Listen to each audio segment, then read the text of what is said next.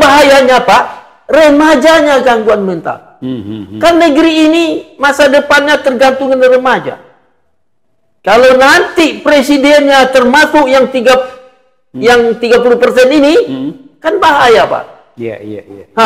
Oleh sebab itu, pemerintah sekarang juga kembalilah berpikir jangan asal menang. Dia semuanya kan dibuat asal menang. Jalan negatif, jalan nipu, jalan bohong, semua dibuat asal menang. Contohnya Pak, yang 3 jelasan, undang-undang negeri ini tidak ada yang mematuhinya. Undang-undang maksudnya undang-undang tertulis, itu sudah jelas bisa diubah-ubah. Tapi undang-undang peradaban, itu Pak, tidak ditaati. Contohnya begini.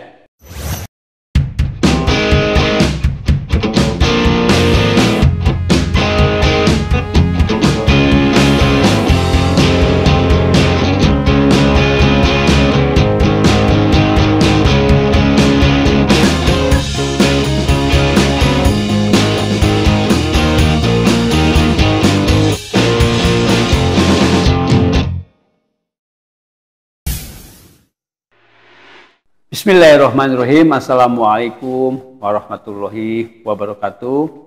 Pemirsa Masumi TV dimanapun berada, dari Sabang sampai Merauke, teman-teman kita para diaspora seluruh dunia, saya Ahmad Heri. Kita jumpa lagi untuk bincang-bincang tentang bagaimana kelakuan remaja atau mungkin juga pemuda yang disinyalir 3 dari 10 remaja itu saat ini dikonotasikan seperti sakit jiwa.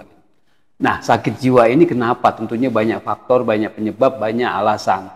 Untuk bahas ini, kita kedatangan tamu, yaitu Pak Wazri Afifi, PhD, yang selalu rajin mengisi acara kita di sini untuk diskusi. Ya, Pak Wazri ini adalah mantan pengurus ISMI pusat, ya, ISMI di USA di Amerika Serikat, kemudian juga mantan presiden International Students Association di universitas di USA juga.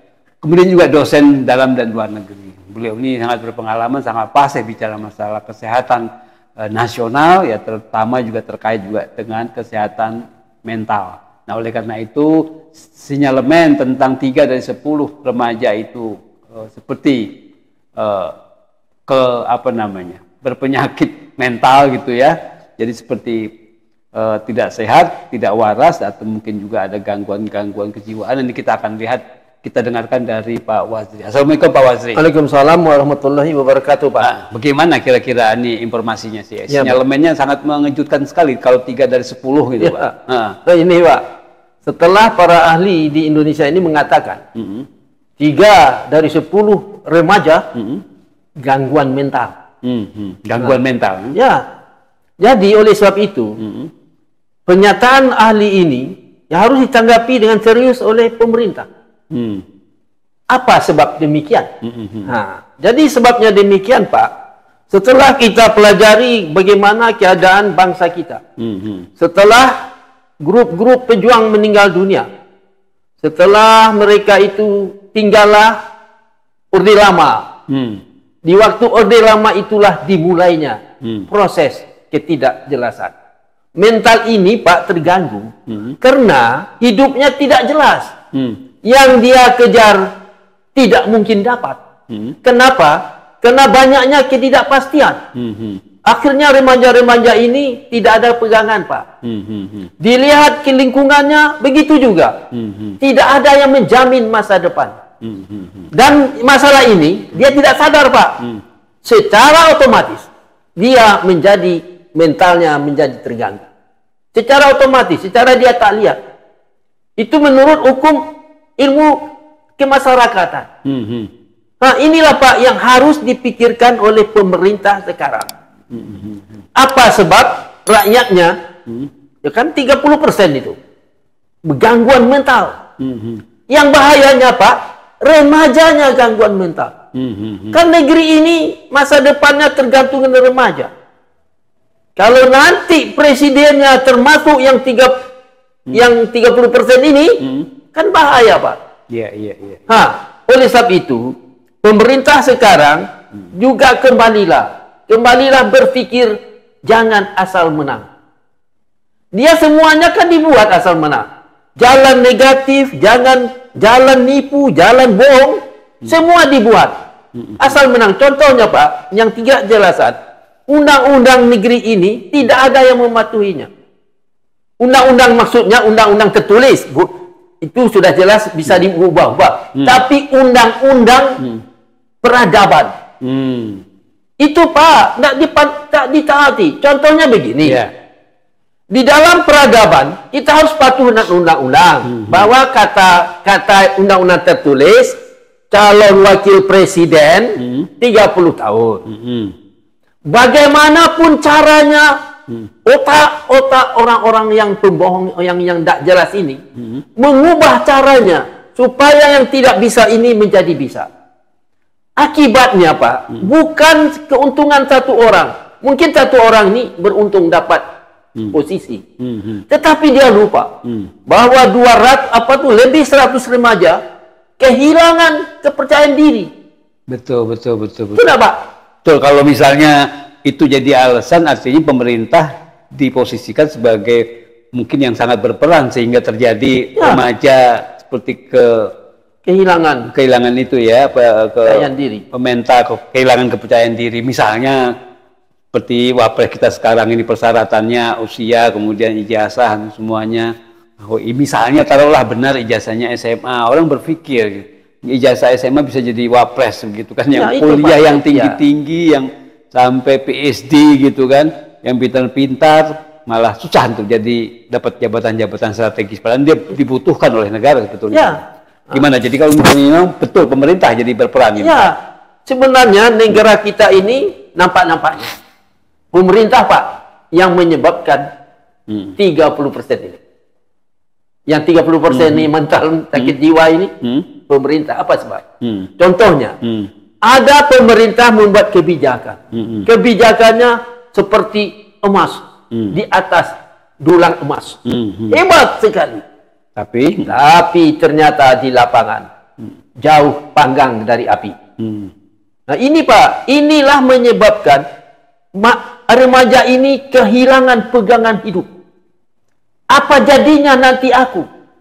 Yang akan berhasil dalam hidup ini hanyalah tukang bohong. Pak, ini dia.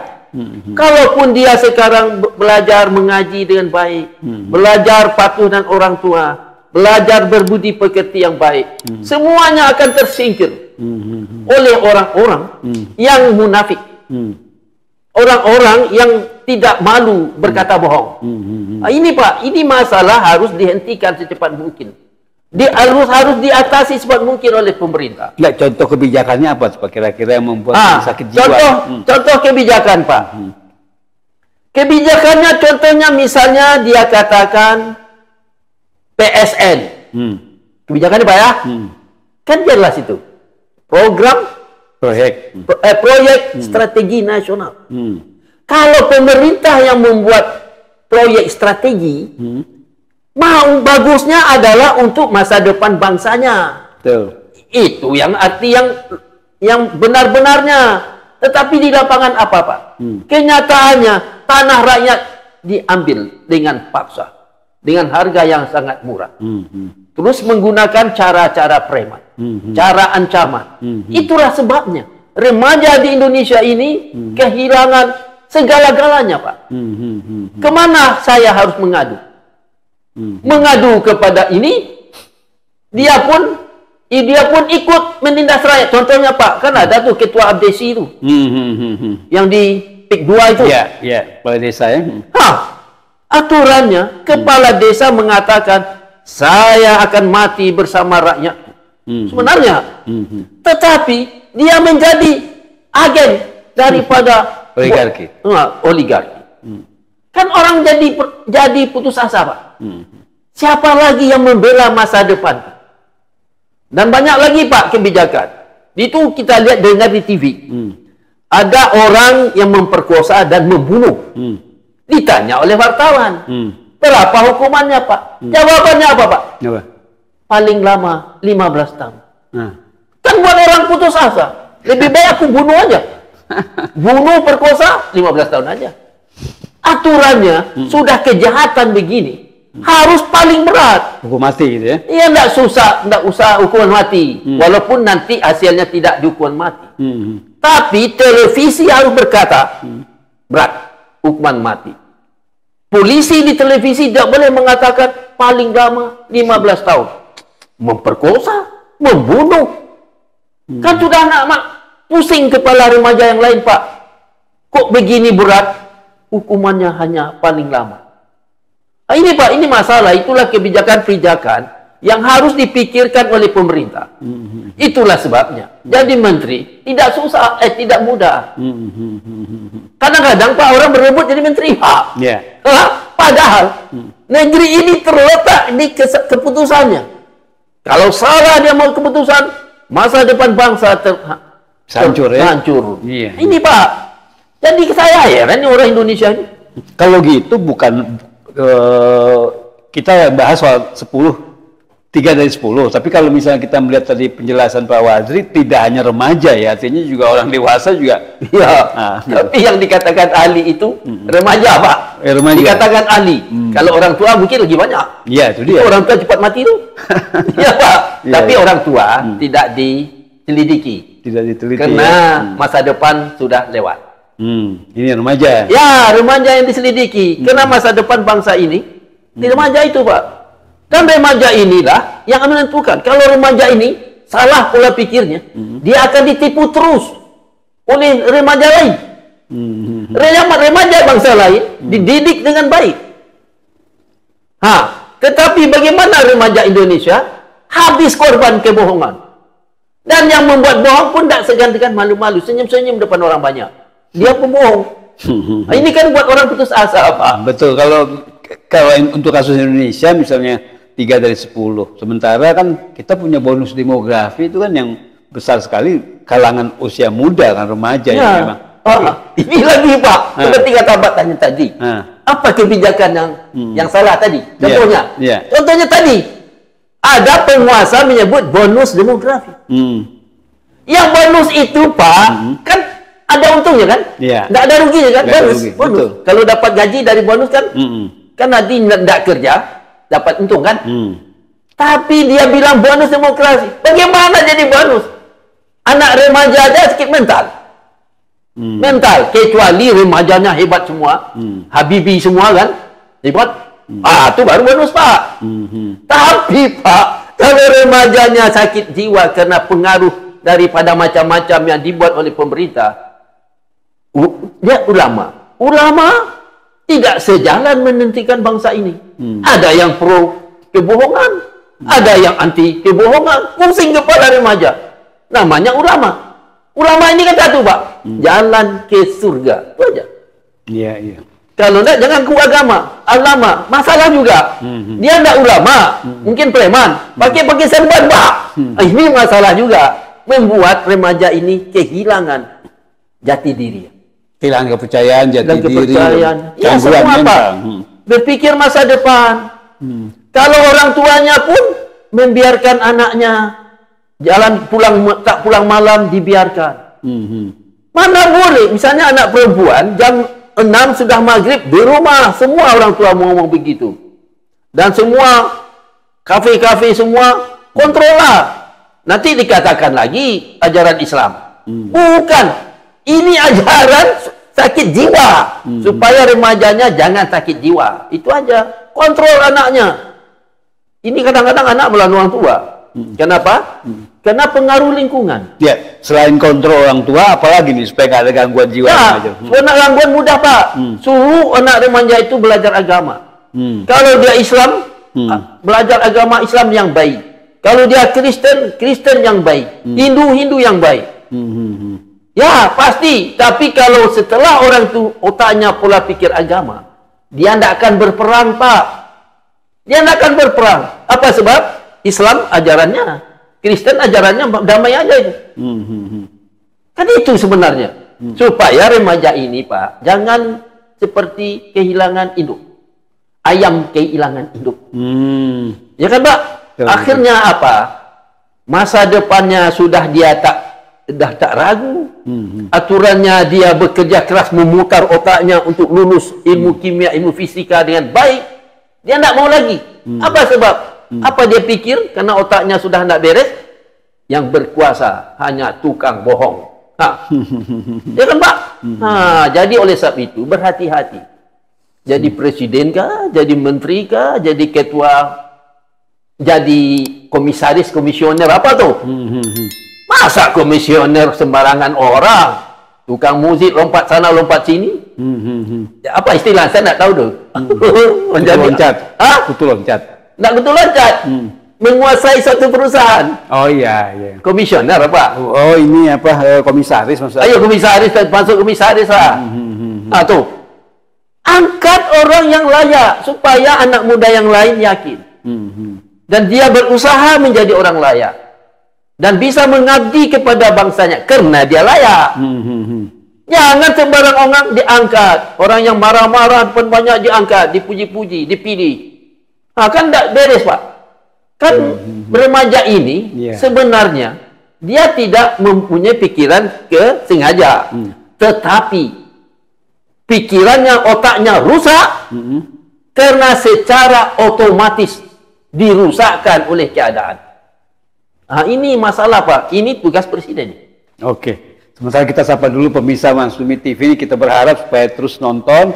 Ya, artinya like, subscribe, share dan komen acara kita supaya Maksumi TV terus berkembang. Nah, kita teruskan pertanyaan untuk Pak Wazri ini. Kalau misalnya kembali kepada pemerintah yang memang bertanggung jawab terhadap kemakmuran, kesejahteraan, termasuk kesehatan masyarakat gitu ya, termasuk remaja gitu. Apa yang harus dilakukan oleh misalnya Menteri Pemuda dan Olahraga, ini pemuda ya, kan remaja. Kemudian bagaimana peran dan kebijakan Menteri Pendidikan gitu kan, yang Daksmen ya, artinya pendidikan dasar dan menengah, itu apa kira-kira kaitannya dengan remaja? Kalau Menteri untuk pemuda, kalau untuk pemuda, ajar sajalah orang muda ini supaya jadi orang yang jujur. Kalau misalnya ada pertandingan misalnya, yang mudah aja Pak ya. Kalau misalnya ada pertandingan badminton misalnya. Ini final nih. Jadi, kau tuh lawan ini Indonesia dan lawan orang lain. Orang lain itu misal apa tuh? Cedera. Bilang aja pada Indonesia ini, saya tidak mau bertanding. Tidak mungkin saya menang kena atas orang cedera. Mundur saja. Maka dipuji oleh dunia. Prinsip-prinsip beginilah Pak. Prinsip-prinsip yang apa adanya. Gentle lah. Gentleman itulah ajar pada orang. Ini ini olahraga. Dan pendidikan juga. Pendidikan ini jangan berpikir bagaimana mercusuar. Nggak ada di mercusuar dalam pendidikan. Pendidikan apa adanya. Coba di Nikmat SD, misalnya 2 kali 2, di kelas 5 masih tidak tahu. Itu harus dipikirkan. Misalnya orang anak SD kurus.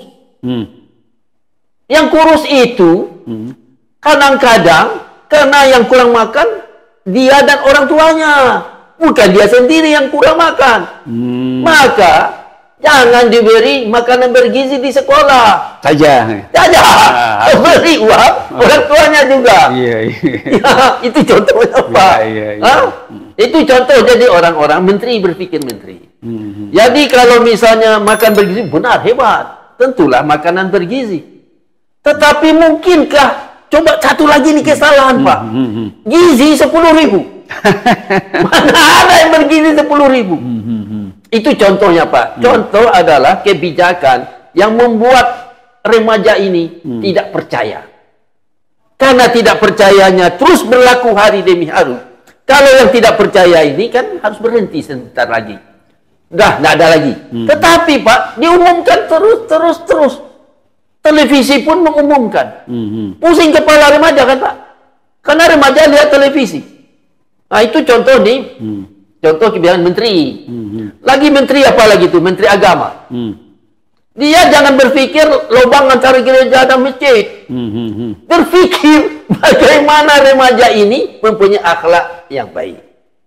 Bagaimana cara akhlak yang baik? Tambah pelajaran agama di SD. Di SMP. Itu Pak, SD paling penting.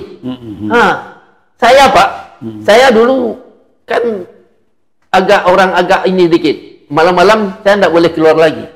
Saya belajar ngaji hanya dengan tetangga saya, saudara ibu saya. Itu ngaji, Pak. Jadi, yang belajarnya saya pandai agama di sekolah, Pak. Guru saya ngajar betul-betul. Apakah semua diajar? Tajwid ke percaya pada Allah, Allah itu mana? Diterangkan betul. Solat diajar betul. Mana yang fardu, mana yang sunat diajar betul. Tak perlu kemana-mana. Nah, sekarang Daud Yusuf buat peraturan. Ya, udah lama tuh Pak, kan udah zaman Orde Baru kan. Ya, akhirnya kan timbul orang agamanya kurang sekarang. Waktu kecil tidak ada agama, yang besar tambah agama tidak jalan. Itu Pak. Jadi contohnya, oleh sebab itu, saya rasa agama kan telah mengajarkan kita setiap masalah ada solusinya. Itu pelajari dengan penguasa. Berarti kita ada masalah, ada mental 30%. Kan tidak tanggung-tanggung, Pak. Dalam 10 anak remaja jalan-jalan di jalan raya, 3 diantaranya sakit jiwa. Bayangkan itu, Pak. Oke. Siap. Makasih Pak Wazri. Saya kira udah, kita berharap sekali apa yang disampaikan oleh Pak Wazri ini betul-betul bisa kita renungkan dan bermanfaat. Tentunya bagi pemerintah juga kita berharap istilahnya jangan sampai yang namanya pelajaran agama itu dihapus. Itu yang sangat mendasar menurut Pak Wazri tadi, itu sangat-sangat luar biasa, bisa mempengaruhi secara positif perkembangan mentalitas remaja terutama. Terima kasih. Bila itu Pak. Apa lagi Pak? Oh ya, satu lagi gini Pak. Pidato presiden kita kan hebat. Supaya jangan lagi diundur-undur kehebatannya. Itu aja. Oh gitu ya. Pidatonya kan hebat. Jangan diundur lagi melaksanakan di lapangan. Jangan diundur maksudnya? Ya. Apalagi dibatalkan gitu. Ya, laksanakan cepat. Harus dilaksanakan. Ya. Oke, terima kasih pesannya Pak Wazri itu ya. Oke, terima kasih. Billahi taufiq wal hidayah. Wassalamualaikum warahmatullahi wabarakatuh.